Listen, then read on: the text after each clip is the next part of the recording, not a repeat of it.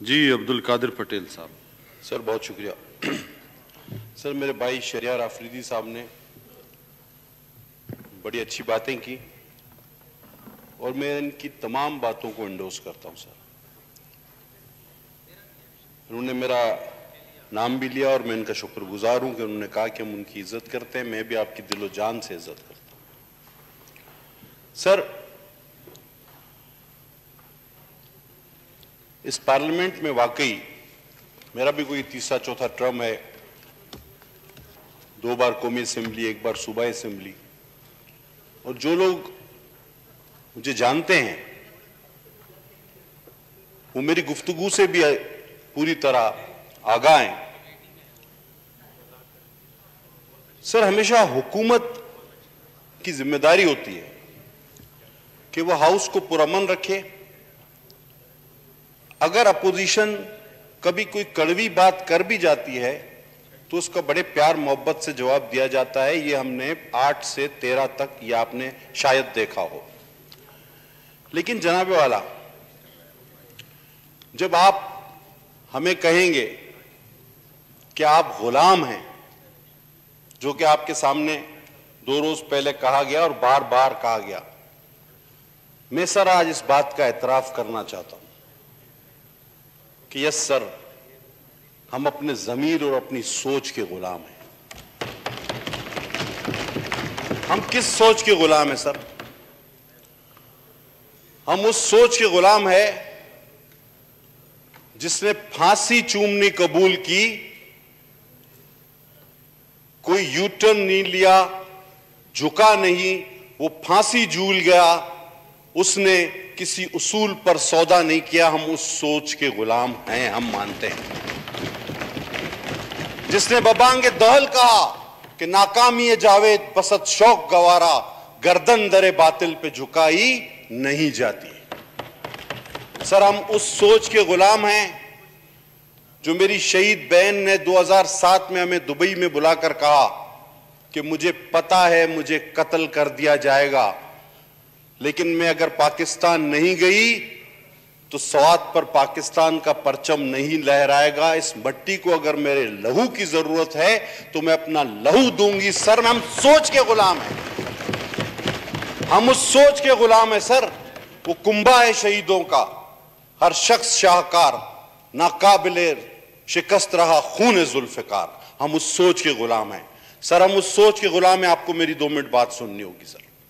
हम उस सोच के गुलाम हैं, उस मादर जमहूरियत के सोच के गुलाम हैं जिसने अपना शोहर खोया, 2 जवान बेटे खोए और खुद भी वो सर की चोट की वजह से, वो भी शहीद है, वो सर के चोट की वजह से इस दुनिया फानी से गई, जिसके गमों पर सिर्फ एक शेर ही पूरा उतरता है सर, गम से गर खूगर हो इंसान तो मिट जाता है रंज, मुश्किलें मुझ पे पड़ी इतनी कि आसा हो गई। हम इस सोच के गुलाम हैं सर, हम इस सोच के गुलाम हैं कि जो शख्स मोहतरमा बेनजीर भुट्टो से शादी करने से पहले तो हाकिम अली खान का शहजादा कहलाता है, बहुत बड़ा आदमी, कोई इल्जाम नहीं उस पर, लेकिन जब वो मेरी शहीद बहन का शरीक हयात बनता है तो अपनी तकरीबन जिंदगी जेल में गुजार देता है, और जब इक्तदार में आता है वो सबको माफ कर देता है और वो अजीम रवायत कायम करता है कि अपनी भी ताकत 52B की समेत इस ऐवान की तकद्दुस को बढ़ाने के लिए दे देता है। हम उस सोच के गुलाम हैं सर। आगे चलें सर। अब आप हमें कहते हैं, आप हमारी क़यादत को कहते हैं कि भगोड़े। आप क्या एक्सपेक्ट करते हैं ये बात करने के बाद? हमारे मुंह से फूल जड़ेंगे? हमने सर इस धरती को लहू दिया, आप हमें कहते हैं आप भाग जाते हैं, तो हम तो फिर आपसे कहेंगे ना कि इंटरव्यू में हामिद मीर साहब के किसने कहा था, मैं खवातीन को भी छोड़ा, छतों पर भागा, फलांगता गया, भागता गया, मुझे खुद पता नहीं चला मैं कहां पहुंच गया। अब सर यह फर्क है क़यादतों का। सर अब आगे चले। आप कहते हैं सर जद्दोजहद। सर जद्दोजहद बड़ा कहना आसान है, करनी बड़ी कठिन है, बड़ी कठिन बात है। यह जद्दोजहद ये जद्दोजहद के निशान, ये साद रफीक बैठे हैं, सरदार साहब बैठे हैं। सर, इस जद्दोजहद की राह में कांटे हैं, कोड़े हैं, फांसी है। सर, इस जद्दोजहद की राह में जेल है, सलाखें हैं।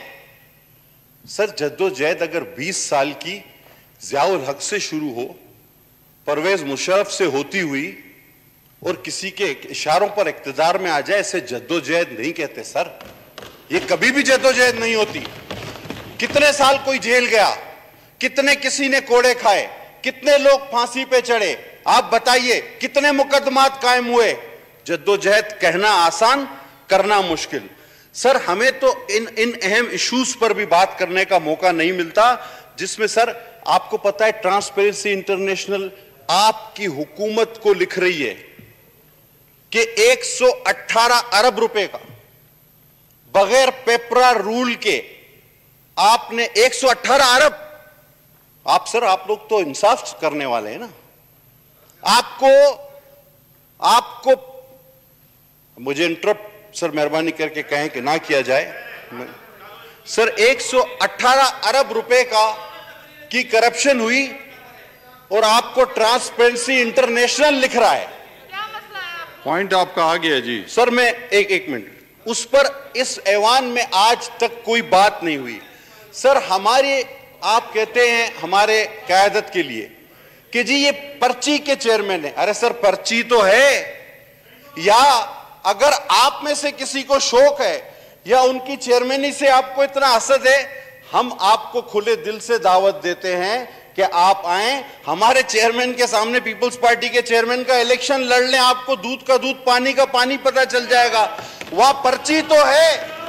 सर, आप अगर विकिपीडिया पे अभी चले जाएं और विकिपीडिया पे चले जाएं तो पर्ची का मतलब आपको पता चलेगा कि ज़ियाउल हक की पर्ची से कौन आया था, ज़ियाउल हक की पर्ची से कौन आकर कप्तान बना। पर्ची वो थी। ये तो वसीयत है सर, और मेरी शहीद बहन की वसीयत है। सही जी। अब सर सुन लेना, अब आप सुन हो ले। गया जी, आपका पॉइंट आ गया जी। इतनी लंबी तकरीर नहीं, मगरिब का टाइम हो चुका है, आप तो पूरा यहाँ पे तकरीर आपने शुरू कर दी है।